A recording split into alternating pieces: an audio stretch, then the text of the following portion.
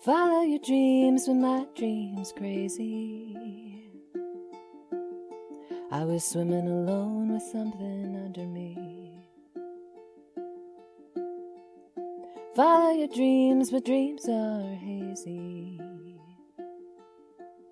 Was there treading a pool where blue in the deep.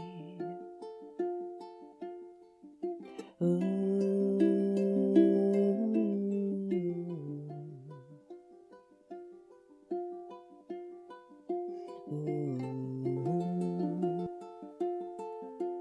Welcome to Beyond the Template, the More Than Just Talk podcast. This week, let's dive into the deep of sequencing as both a creative tool and an audience experience strategy, framed through life's chaotic realities. We will explore how intentional ordering transforms your process and your final product, and the story of Katherine Mansfield. It's been a wild week. This is the fourth time that I have attempted recording. Hopefully it turns out. I bought myself some new equipment that was quite expensive because I wanted to invest in this new endeavor. And guess what? The sound quality is trash. I don't know if I'm missing something. I don't know what I'm doing wrong. I don't know if I have to have it set up with very, very, very specific parameters, both, in the recording and also in the software, but I could not fix it to the point where it sounds like this. And I'm recording now again for the fourth time, and I'm hoping that it turns out the way that it typically does, which is hilarious because I could not have a more simple setup to be recording for you. And I really wanted to try to invest in professionalism. And if that isn't a microcosm for what I'm going to speak about this week, I don't know what is. So, like I said, it's been a wild week, and not at all like the elegant horse whipping its mane while running along a coastline kind of wild. It's more like being at the beck and call for the urges of 10 different people, going through 6 pages of tasks, and being given deadline calendar blocks stacked like uneven bricks. While there's been a growing sense that everything is urgent all at the same time and could all fall apart at any moment. Hopefully you can relate. I bet you can. In the last 11 days, in addition to the technology that I just explained, I've had 5 different inspections on my home. I've prepped to sell my belongings I can't take with me. I've worked to stay on top of my client needs, posted to social media every single day, which is an ongoing pivot, practiced new podcasting and new work abroad setups with new technology. Oh yes, I got it all set up, but it's not working the way I needed to. I started backing up my belongings into 4 different groups. 4. I'm having to think about 4 areas: the non-essentials for storage, my priceless items, which will go in my car, my carry-on items that I can bring with me, and my personal bag items that I can bring with me into New Zealand and Australia.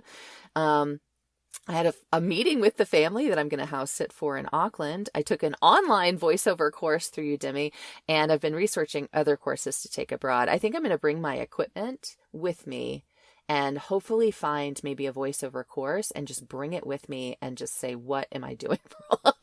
Please help. Please help me. I need help because I just could not believe. I thought it was because I moved some clothes out of this closet that I typically record in, which is not insulated, but y'all, I have tried to record under blankets, like fully encompassed in blankets. It made 0 difference in the sound quality. So I'm very hopeful that if I have a professional look at it, they can just say, oh, you just need to add this. You're just missing a couple items, or, here are the settings that you need to record on. And, I just mentally cannot manage learning technology right now. I set it all up. It's all connected. I'm going to have a post about what I'm bringing, but man, I can't do it. I'm tapped. Tapped out. And things have been popping up with my house while I've been trying to sell it because it's a 1947 cottage, which is typical for this time of year. So I'm here. I'm obviously, as the kids say, crashing out a little bit. but I'm here and I'm excited about this episode today. And I know it's going to be helpful and inspiring. And that's why I show up almost every week. I am taking a break next week because number one, Thanksgiving, and number two, as you can see, I'm in the mess. I'm in the middle of the mess. So I know in my soul that my listeners and clients are cut from the same cloth as me. And what I'm going through right now mirrors what it's like for the full-time parent, the 9-to-5 worker, or someone just managing a ton of responsibility while also desiring to express themselves creatively and produce something new in their lives. Life often makes very little room for creativity. We have been taught that creative pursuits are not real pursuits, and that those who make creativity their life's calling are exceptions to the rule the rest of us must follow, being a part of the societal machine instead of tapping into the very best thing which makes us human, creation. So how can one consistently show up for themselves and their creative work when life seems to be throwing obstacle after obstacle in the way of success? I think this is the hardest thing that people experience, figuring out how to prioritize the creative work process and desire. It's so easy to give up. Honestly, I gave up on the new technology because I couldn't manage it. 3 times is enough. And it's not just recording and listening, it's recording and then I have to sort of transfer it into my editing program to listen to it. So it's a very long process. It's easy to give up. This is why I pivot more often than not, because that helps me keep going.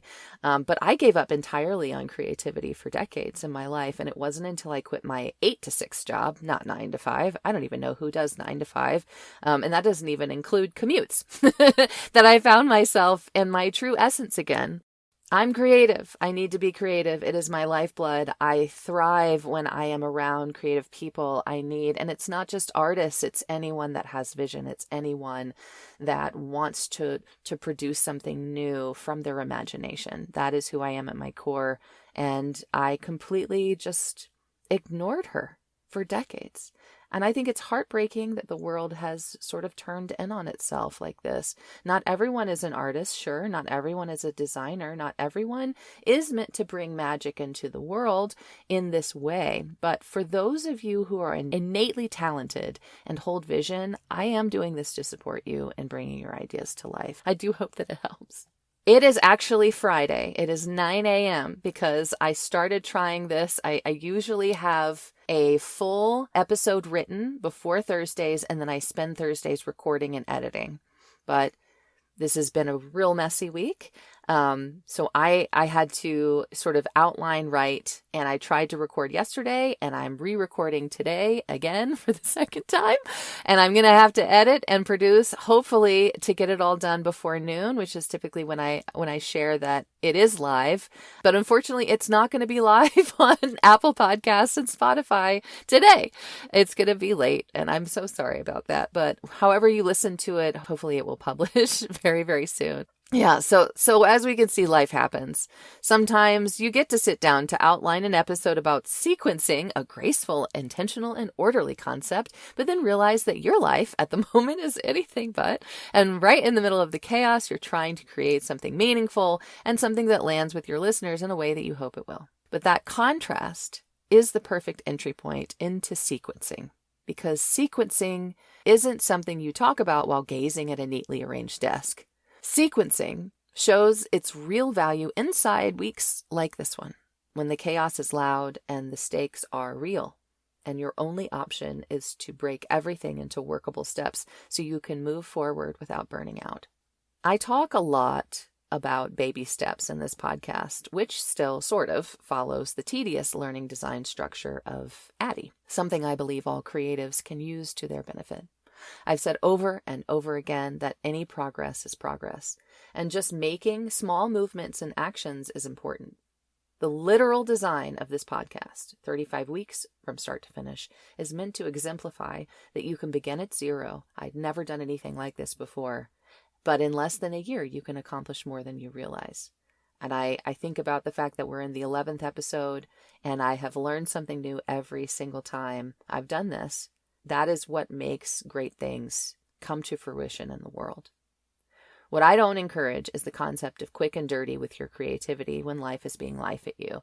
So yes, if you were sort of in a vacuum and you had no other things pulling you like taffy, sure, I bet you could be super creative. I remember what it was like to be in college where it was sort of my job to just learn and create.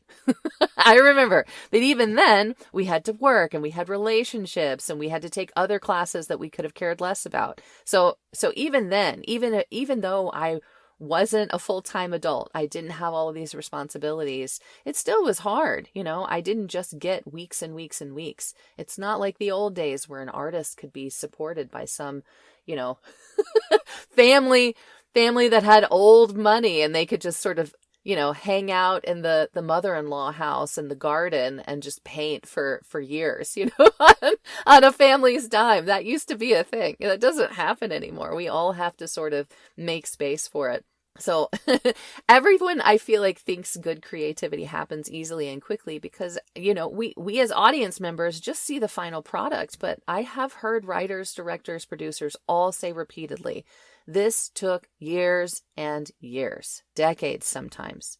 Most people, when balancing everything else, are not able to complete their vision in a week. And that's the truth of it. So today I want to explore sequencing, not as a technical instructional design concept, but as a survival tool, a creative tool, a clarity tool, and ultimately as something that helps you shape the experience your audience has with your work. Let's start with the most basic question. Can sequencing improve your audience's experience of what you make and your own ability to construct it with intention? Absolutely. When you work in sequence, you create a path both you and your audience can follow. Instead of leaping from idea to idea, you're guiding them. You're building anticipation, resolution, rhythm, and comprehension. Sequencing is the difference between someone feeling guided through a story and someone feeling like they are being pushed through a pinball machine. You've probably felt this before without even naming it. When you listen to a podcast episode that unfolds naturally, hopefully I'm getting better at this, or follow a tutorial that makes you think, wow, I get it now, or read a book that seems to click into place one chapter at a time, that's sequencing at work. But here's an important nuance. You are already sequencing even when you don't think you are. I just realized that my 6-page list of to-dos is a sequence in itself, broken down to individual steps to take each area I'm working on right now, one step at a time, in order to meet my deadlines. Your brain creates order subconsciously. It organizes thoughts, sorts stimuli, and tries to structure ideas in real time. Problem is that without conscious guidance, that structure can be patchy or inconsistent. And when your schedule is as busy as mine has been this week, relying on subconscious sequencing can lead to a whole mess and a whole lot of overwhelm. So then the question becomes, what sequencing strategies are you already comfortable with, and which ones might you need to practice? For many creatives, the comfortable strategies might include basic chronological order, outlining steps from beginning to end, or grouping similar ideas, tasks, themes, or actions that naturally belong together. Those are familiar, they're intuitive. But there are other strategies that feel maybe less comfortable at first, things like backwards sequencing, where you start from the end goal and work backwards until you reach the beginning. Hint, remember the episodes on establishing objectives? That is what we were doing. Or emotional sequencing, where you might order your content based on how you want your audience to feel at each stage. Or complexity sequencing, starting simple and then progressively adding layers, the way a teacher scaffolds learning. Some strategies stretch us. They force us to pause and ask, where does this idea fit? What does it depend on, and what is its function in the whole? And this leads us to the next question. What should come first, second, third, and so on? That's the heart of sequencing, and it's rarely a fixed answer. Sometimes the first step is research. Other times it's sketching an outline or writing the last scene or drafting the messy middle. Sometimes the first step is simply clearing mental space so you don't mistake stress for inspiration. If you've been following along, you can see how what I've shared so far connects with this. It's great to make a plan. It's great to be prepared, and checking those steps off is important, but pivots, side steps, side quests, they are just as crucial. Sequencing is a living process rather than a rigid one. You evaluate the needs of the project. Needs! The expectations of your audience, context, skills and knowledge, your ultimate goals, procedures, tasks, objectives. But then you need to consider the reality of your own bandwidth. Based on all of that, the order that moves the work forward with the least resistance will unfold. Which brings us to another important reflection. When is the right time to start sequencing? Do you jump straight in, or do you return to the previous step of defining your objectives again within the context of considering your sequence? This is the trap many creatives fall into. We try to sequence before we know what the sequence is supposed to accomplish. But sequencing without objectives is like pulling out all of the ingredients before reading the recipe. It doesn't make much sense, does it? So the right moment to start sequencing is after you understand your goals. Your objectives shape everything. They act as your North Star. They tell you why this piece exists and what you want your listener, viewer, reader, or learner to walk away with. Once you have your objectives, sequencing becomes natural. It becomes purposeful. It becomes easier to decide what information needs to come first, what needs context, what needs space, and what needs emotional buildup. You stop guessing and start designing, which is our next big phase. And that brings us to why sequencing matters at all. What are the benefits for you and your audience? For you as the creator, sequencing turns a mountain into a staircase. It reduces overwhelm. It gives you measurable progress. It lets you track what's done, what's next, and what's critical. It transforms chaos into clarity. For your audience, sequencing creates coherence. It builds trust. It takes them on a journey where each step prepares them for the next. Their comprehension deepens, their engagement grows, and the final experience feels complete. Which brings us to today's Expander of the Week, someone whose work demanded sequencing in an almost visceral way, Katherine Mansfield. I chose Katherine Mansfield because I am, hopefully if I can sell this house and move in the next 12 days, about to live in Auckland, New Zealand starting in December and Wellington, New Zealand at the end of January, where Katherine Mansfield is from. With this crazy week, I needed some inspiration and encouragement myself because I've been feeling the most overwhelmed, exhausted, and anxiety-ridden. Hearing about someone who was able to continue despite the odds helped me with perspective and grounded me in my own pursuit of creative expression and writing and speaking and expanding in my experiences and knowledge. I also feel that Mansfield's story connects perfectly for those needing a strong example of sequencing in action. Now let's hear the ever so short story of Katherine Mansfield. Katherine Mansfield wasn't a novelist, though she lived in literary circles dominated by novelists. Instead, she was a master of the short story, compact, distilled, and emotionally charged moments in time. For some, the short story is more challenging than the novel. Every sentence carries weight, and nothing can be wasted. Because of that, sequencing wasn't just part of Mansfield's craft, it was her craft. Mansfield was born in Wellington, New Zealand in 1888 and passed away a mere 34 years later. Her life itself was a short story, but during her years on Earth, she produced some of the most influential work of the early 20th century. She reshaped how short fiction could function, moving past plot-driven sequencing into emotional and psychological. Her work was built of small human moments and revelations. What made Mansfield extraordinary wasn't only her command of language, but the way she observed life. She watched people closely, their gestures, hesitations, contradictions, the tiny betrayals and kindnesses that reveal who they really were.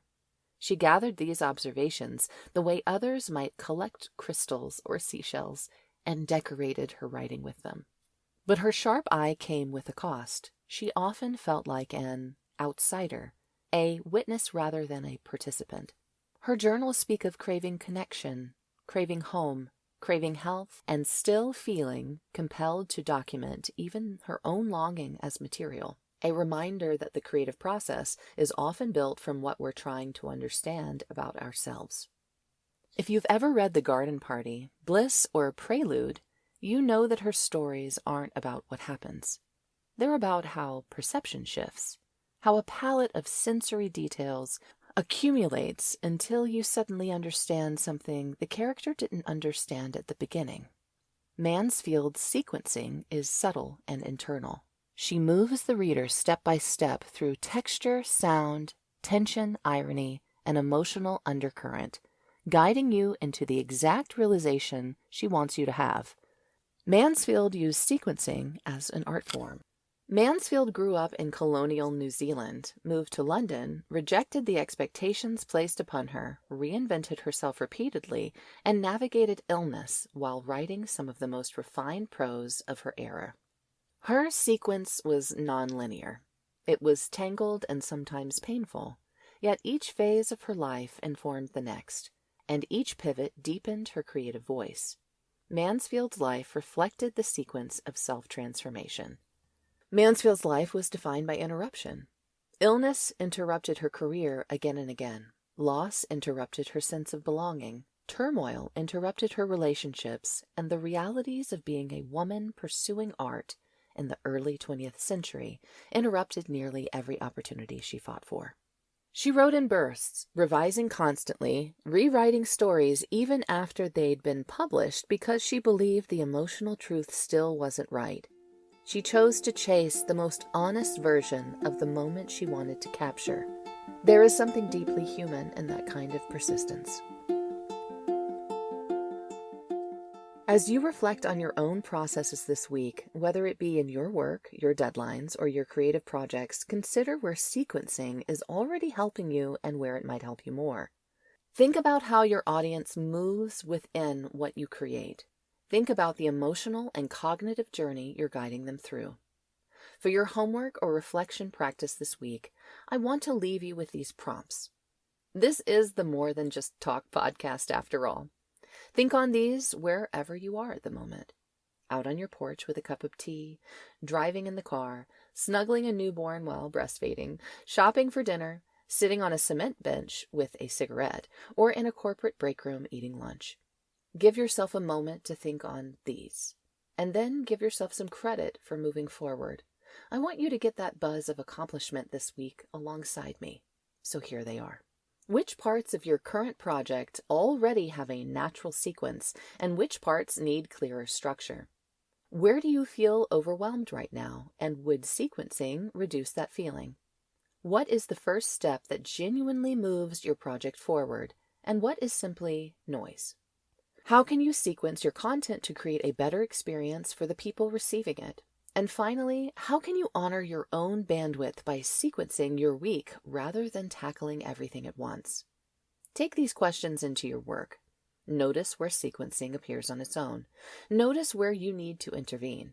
Over time, sequencing will become less of a technique and more of a creative instinct, or even something you reach for automatically whenever you're building creativity that matters. To learn more about Katherine Mansfield and explore her work more deeply, check out the resources I'll share in the podcast description. I sincerely appreciate each of you. Here's to all of us continuing, even when it feels like too much. Here's to deciding to keep trying to put ourselves out into the world so we can connect, collaborate, and create change. Here's to our community of makers and shakers. Thank you for listening to Beyond the Template. You're doing great. Keep it up. Keep it creative. My name is Caroline Amelie LeBoeuf. I have a degree in art and in counseling, and also professional level certificates in educational advising and learning design and technology. Roles I have carried include illustrator, photographer, writer, traveler, mentor, instructor, and most recently, entrepreneur. If you are curious to learn further about the work I offer my clients, check out camelidesigns.com. That's camelidesigns.com.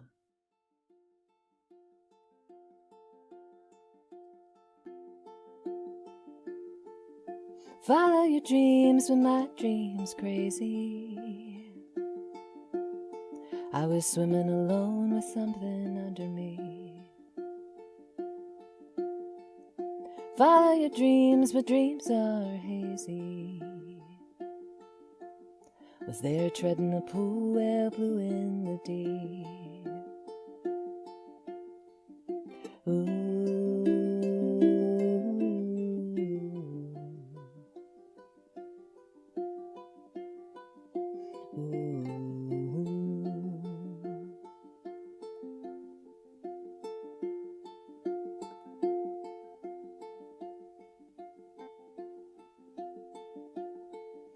Follow your dreams, but my dream's crazy. I was flying atop rows of orchard trees. Follow your dreams, but dreams are hazy. Waited low on the ground, grasping air to flee. Ooh.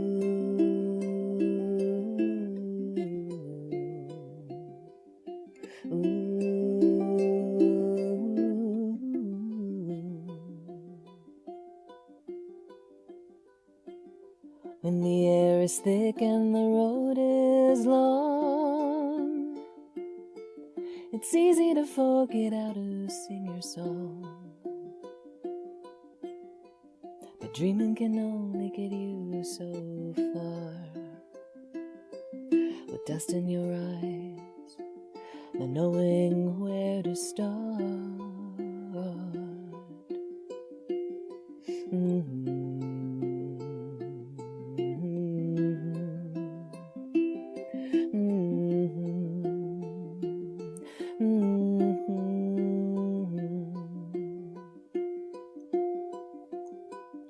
Follow your dreams, move through precision. Use that song in your heart for each intention. Follow your dreams, thoughts true, attempted. Your creation exists just beyond the template.